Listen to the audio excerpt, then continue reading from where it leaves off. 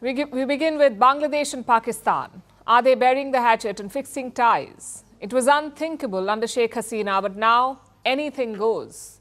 Dhaka has just done something unprecedented, something that's never happened since 1971, since the year Bangladesh was born. They have allowed a Pakistani cargo ship to dock in Bangladesh. I know it sounds routine. It's anything but. Usually, Pakistani cargo is routed via a third country, maybe Singapore or Sri Lanka, but this time it sailed directly from Karachi to Chittagong, basically a direct sea link. The ship started its journey from the UAE. In Karachi, it loaded up cargo for Bangladesh, raw materials for Dhaka's garment industry. Then it headed straight to Bangladesh. The ship docked at the Chittagong port on the 13th of November. It has since left for Indonesia. Now, Pakistan is thrilled about this voyage. They're calling it a major step in boosting regional trade. They expect more such exchanges to follow, but this voyage does raise a couple of questions. One, why wasn't it done before? And two, why now? The answer to the first question is quite simple. Bangladesh used to be East Pakistan, but Islamabad tried to throttle Bengali culture and politicians, so East Pakistan wanted to break away. They were one country, East Pakistan wanted to separate. This led to military intervention by Pakistan's army. And they killed more than 3 million people in present-day Bangladesh. The Pakistani army killed more than 3 million people. They also raped more than 200,000 women. In simple words, they committed genocide. Something they haven't admitted or apologized for. Which is why Dhaka kept Pakistan at an arm's length. They did have trade relations, but no direct maritime links. So why now? Because this is Bangladesh 2.0.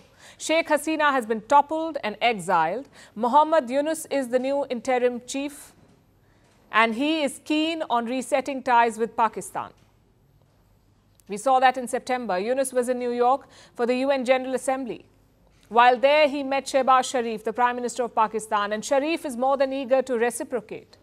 In September, he announced a new travel policy for Bangladeshis. They can now visit Pakistan without a visa. And now they can also trade directly. What explains the shift in policy? In one word, it is ideology. Sheikh Hasina was mindful of Bangladesh's history, of the atrocities committed by Pakistan. Mohammad Yunus is not. He wants to dismantle Bangladesh's liberation legacy, whether it's by removing public holidays linked to 1971 or taking down Sheikh Mujibur Rahman's pictures from government buildings. He wants Bangladesh to forget its past.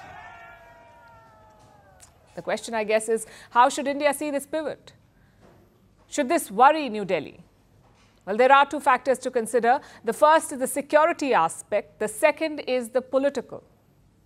Let me take you back to the year 2004. Weapons were confiscated at the Chittagong port. Grenades, guns, rocket launchers. The whole thing was worth between $4.5 and $7 million. It was Bangladesh's largest weapons haul. And who was it meant for? Reports say insurgent groups in Assam. Apparently, it was masterminded by Pakistan's spy agency. And logically, it checks out. Bangladesh and Assam share a border. A 262-kilometer-long border. It is porous enough to smuggle arms. Sheikh Hasina, as Prime Minister, kept a watch on this trade.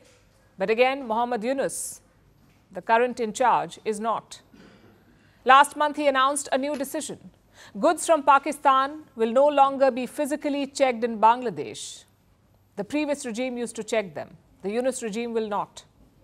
Now, on paper, the reason is to allow seamless trade. But for India, it will raise security concerns. So that's one aspect to look at. The second, as we said, was the political aspect. Dhaka was India's most reliable ally in South Asia. But Yunus is aligning with Islamabad. In September, he pushed for the revival of SAARC, the South Asian Association for Regional Cooperation. That is SAARC. It's sort of like South Asia's ASEAN. Now, India firmly is opposed to this move. But guess who is supporting it? Pakistan. So Dhaka and Islamabad are increasingly finding themselves on the same page. This should worry officials in New Delhi. Having said that, India does have a few cards to play, like trade. India-Bangladesh trade is more than $13 billion. Pakistan-Bangladesh trade, only $800 million. That's a big advantage for India. Plus, India and Bangladesh have been cooperating for 50 years. You cannot catch up in weeks or months. So the key for India is to ride out this tough period. We saw that in the Maldives as well. The whole India out agenda is fading.